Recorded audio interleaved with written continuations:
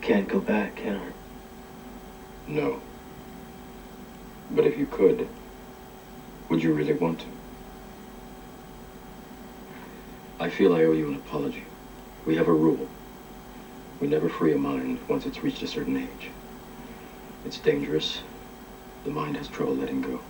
I've seen it before, and I'm sorry. I did what I did because I had to.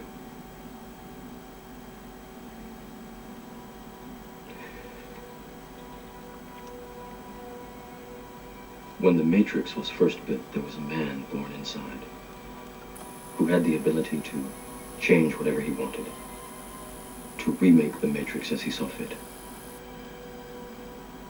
It was he who freed the first of us, taught us the truth. As long as the Matrix exists, the human race will never be free.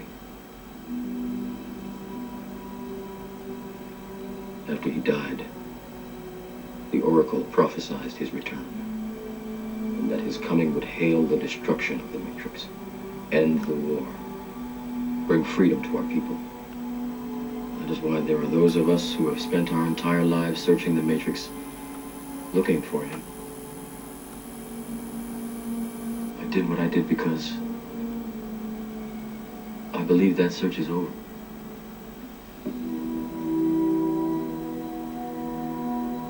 Get some rest. You're going to need it.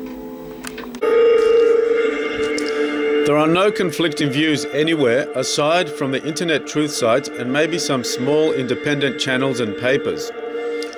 The ultimate example is this war and terror fiasco. If we had an imaginary videotape that ran about 10 years long on long play, and we started recording any major TV channel from the 9/11 attacks until now, we would find that the amount of times this quote-unquote war on terror theme has been drummed into our heads is far, far beyond the normal amount justified. Even if what they tell us about the terrorists was 100% real, and even if 9/11 was not an inside job, still the amount of repetition will be mind-boggling. The problem is that we don't notice it because it's spread over a long period of time.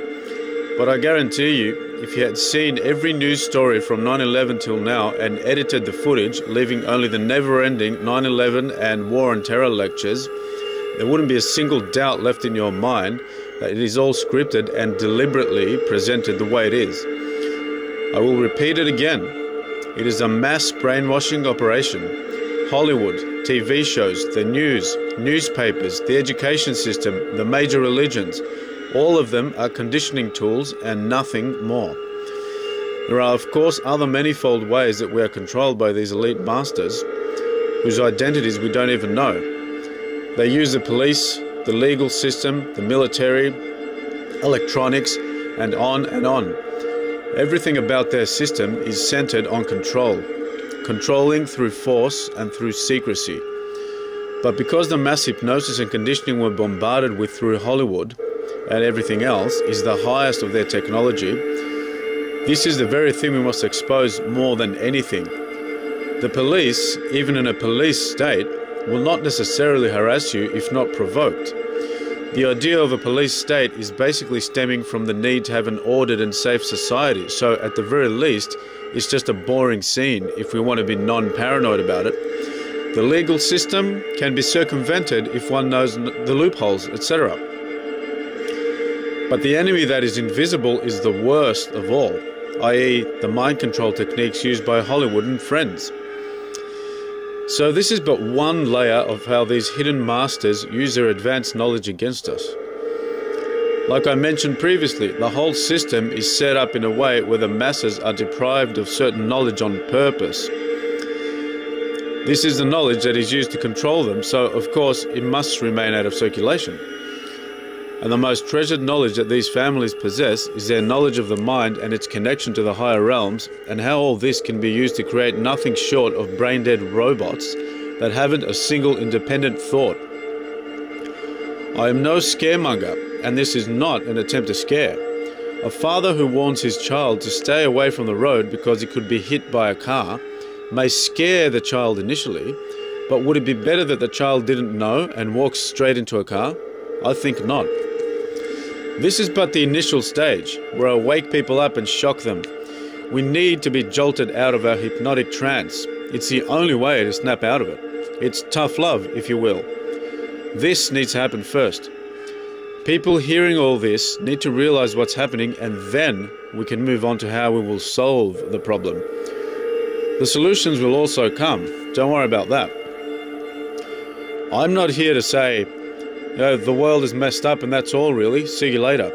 No, that would end on a low note and would make you worse. There's no point telling someone about a disturbing problem and then saying, okay, bye, you can deal with it yourself now. It would be way better not to tell them. Like they tell us in the Matrix movie, ignorance is bliss. And it is too. Why would people want to know all this? I don't want to depress people, life is hard as it is. But what my mission is to first snap people out of their Illuminati-induced trance and then show them how to fix the problem. But now we need to say some more about the nature of the problem we're all faced with. And when we say all, the Illuminati are included in this too. They would be far better off if they changed their ways. They are trapped more than anyone else on Earth.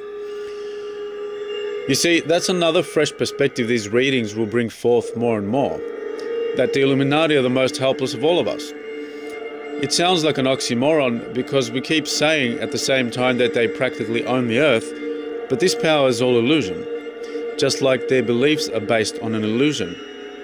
So basically, we have just quite easily established that we shouldn't fear them at all, but more like pity them. Because aside from other universal truths we've mentioned throughout this, there is the fact of reincarnation. Reincarnation is real, it's very easily provable. So easily, in fact, that it could be proven to everyone on Earth within about a year. So, taking reincarnation into account, these Illuminati chaps really have nothing because they will never take it with them. No matter how rich you are, you just come back and start over again once you die, is basically what we're saying here. You know, there are these ridiculously rich and powerful people that are born into it, that have certain secret knowledge that isn't taught in schools and universities, and never in a million years would be mentioned in the mass media, which their families own and direct. And these people are so involved with their powerful positions that all they care about is self-aggrandizement and accumulation of more power. That's all. It sounds incredible, but they are trapped in that mode of thinking virtually from birth to death. And when they die, they are the unhappiest people you could possibly envision. By the way, the majority of them have broken families or are workaholics, and all of them, without exception, have been horrifically abused by their own parents, because this is part of their upbringing, and are borderline or complete and utter sociopaths. Now, if that sounds like the profile of a happy person to you, well, so even though we haven't begun touching upon proper, practical and lasting solutions to all this trouble that these people are behind, as was promised to be done in later readings, we have made quite some headway already by establishing how pathetic and miserable this clique really is. Certainly they do have some degree of material power over the planet at this time, and we cannot overlook that. There will be various and incredible solutions put forth to overcome this also, but for the time being, let us expand more on the nature of their magical practices. Like mentioned earlier, they use their knowledge of the mind and spirit against the population to more or less hypnotize us. The degree to which we are programmed is staggering. If people truly knew how bad it was, they would throw their television sets into the ocean and angry mobs would march towards Hollywood and burn it to the ground. And of course, every newspaper would go out of business overnight. But print media is secondary. They merely use the power of repetition and the population's need for authority.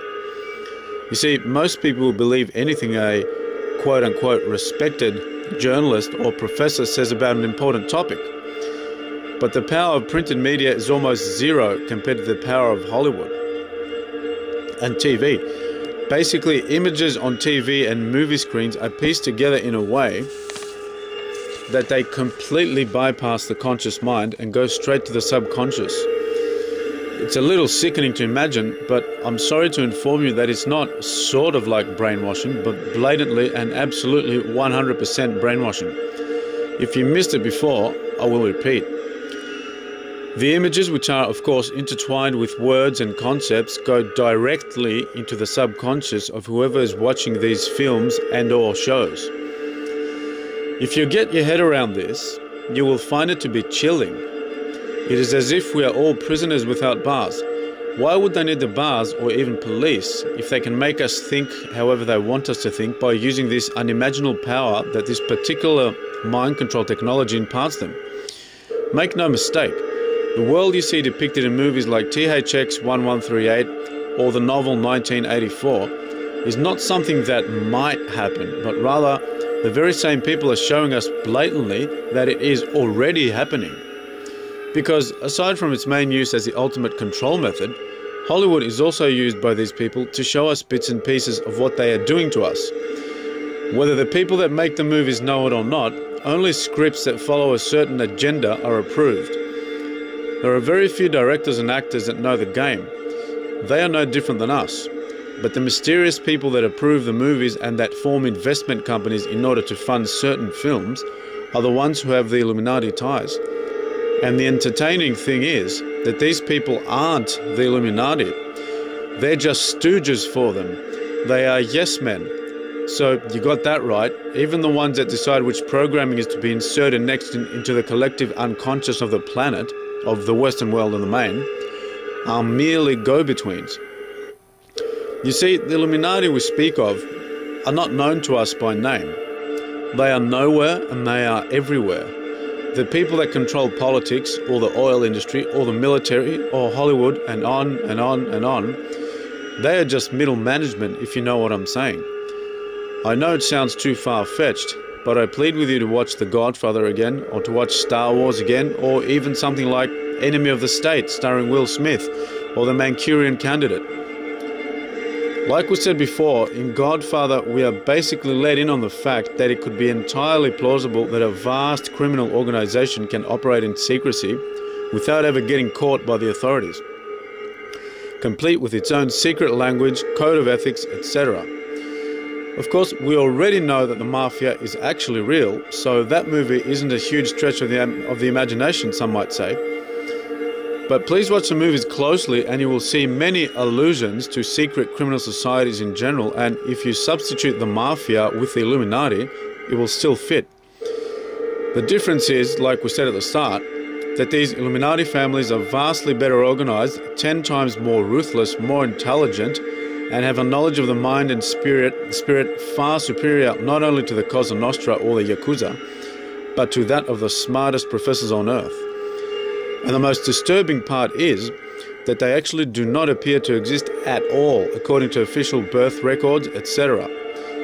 As to how this is pulled off, never mind. Trust me for now, and we will expand on that aspect at another time. It is truly amazing that they are so powerful, in a secular sense only, as to be able to remain totally outside of the system. This may be the stuff of the X-Files, but this is what is going on. When we touch on the evolution of these families throughout the ages, it will make more sense as to how they could manage something like this. I will give a teaser for now. If they created the system, they can very easily work outside of it.